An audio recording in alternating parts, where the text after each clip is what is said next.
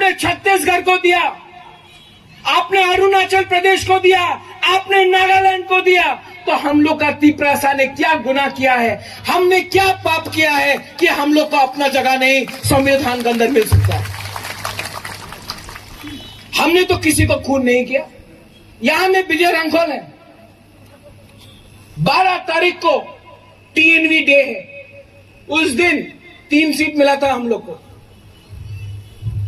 आज से 2 हफ्ता बाद एडीसी है, सब लोग बोलता था हवे ना